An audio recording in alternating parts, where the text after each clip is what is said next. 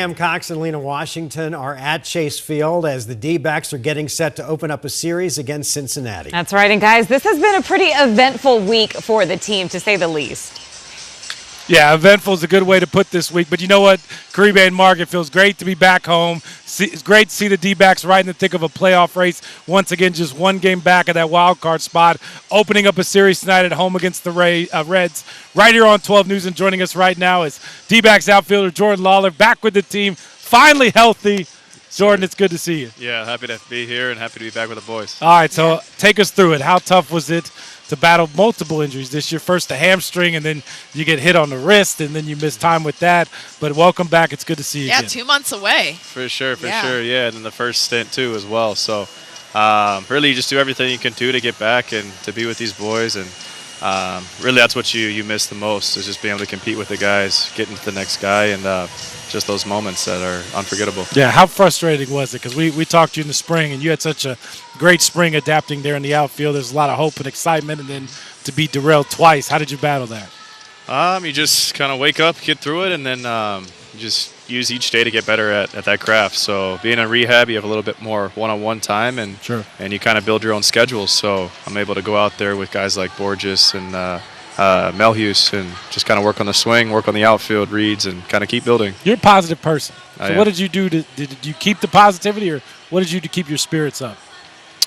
Wake up, I'm living, and there's a lot to be grateful for. So just focusing on the good things, and yeah, that's really where I stay mentally, and just continue to put the one foot in front of the other, and keep doing my best. What does Ildemaro Vargas say? I love my life. I love my life. I love my life. There we go. I love it. As we mentioned, it was an eventful week for the ball club, and for you, take us through what the last 7 days have been like for you. Yeah, definitely crazy. Kind of going from Amarillo, Texas, and then rehabbing there, and then going to Boston, which is one of the most historic parks out there, especially in this league. So it's quite the difference. A lot of fun. And just a lot of changes overall, and then kind of the flight schedule we had coming back from Boston with the big haboob and the weather we had here. Yeah. So. Take us behind the scenes. When did you realize, oh man, this plane's not going to land in Phoenix tonight? Yeah, I mean, we were doing our thing, and then you're up there a little longer than you think you should be.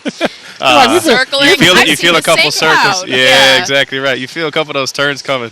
I don't think we need to turn that much to Phoenix from Boston. So then you hear the news and you kind of roll with the punches, and luckily we were able to get into a hotel and sleep that night. This team is all about rolling with the punches. You kind of hopped on to this organization in the middle of a playoff race in 2023. Now you're playing meaningful games in August. I mean, what's the mentality, knowing how far you've come and how now you can contribute to this club?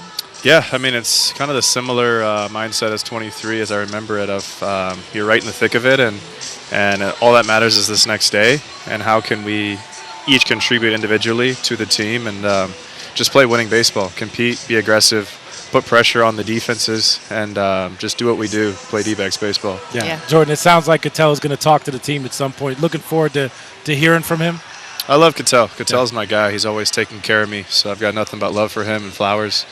He's an amazing player, and I know when he's back and ready to compete, he will, and he'll be healthy, and we need him in the lineup. Yeah, it seems like that's the message from the clubhouse. They embracing. Are you guys wrapping your arms around him during this time? Yeah, he's a great guy.